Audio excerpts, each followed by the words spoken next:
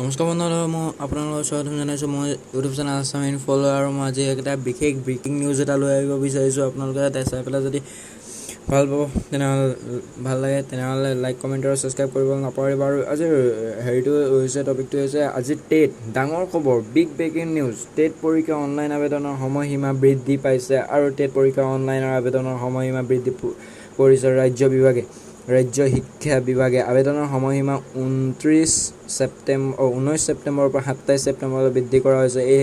সেইদৰে অহা 10 নৱেম্বৰ অনুষ্ঠিত হ'বলগীয়া টেট পৰীক্ষাক কেন্দ্ৰ কৰি এতিয়া চৌদিশে ৰাজ্যত অব্যাহত আছে বিতৰ্ক। ছ'চিয়েল মিডিয়াত বিভিন্ন ধৰণে জনে সমালোচনা কৰিছে ৰাজ্যৰ শিক্ষামন্ত্ৰী সিদ্ধাৰ্থ ভট্টাচাৰ্যক। আৰু আজিৰ ব্ৰেকিং নিউজটো ইমানতে মই কৰিছোঁ। আৰু আপোনালোকে যদি ভিডিঅ'টো চাই এনেকুৱা যদি বিগ ব্ৰেকিং নিউজ যদি আপোনালোকে শুনিব বিচাৰে তেনেহ'লে মোৰ চেনেলটো ছাবস্ক্ৰাইব কৰিবলৈ নাপাহৰিব। আৰু ছাবস্ক্ৰাইব কৰাৰ লগতে তাৰ ওচৰত থকা ন'টিফিকেশ্যন বেলটো ক্লিক কৰিবলৈ নাপাহৰিব, যাতে মোৰ আহিবলগীয়া নতুন ভিডিঅ'বোৰ আপোনালোকে সকলোকে প্ৰথমতে পায়। আজিৰ ভিডিঅ'টো ইমানতে সমাপ্ত কৰিলোঁ। আৰু আজিৰ বিগ ব্ৰেকিং নিউজটো আপোনালোকে সকলোকে জনাই দিছোঁ। আৰু আজিৰ ভিডিঅ'টো ইমান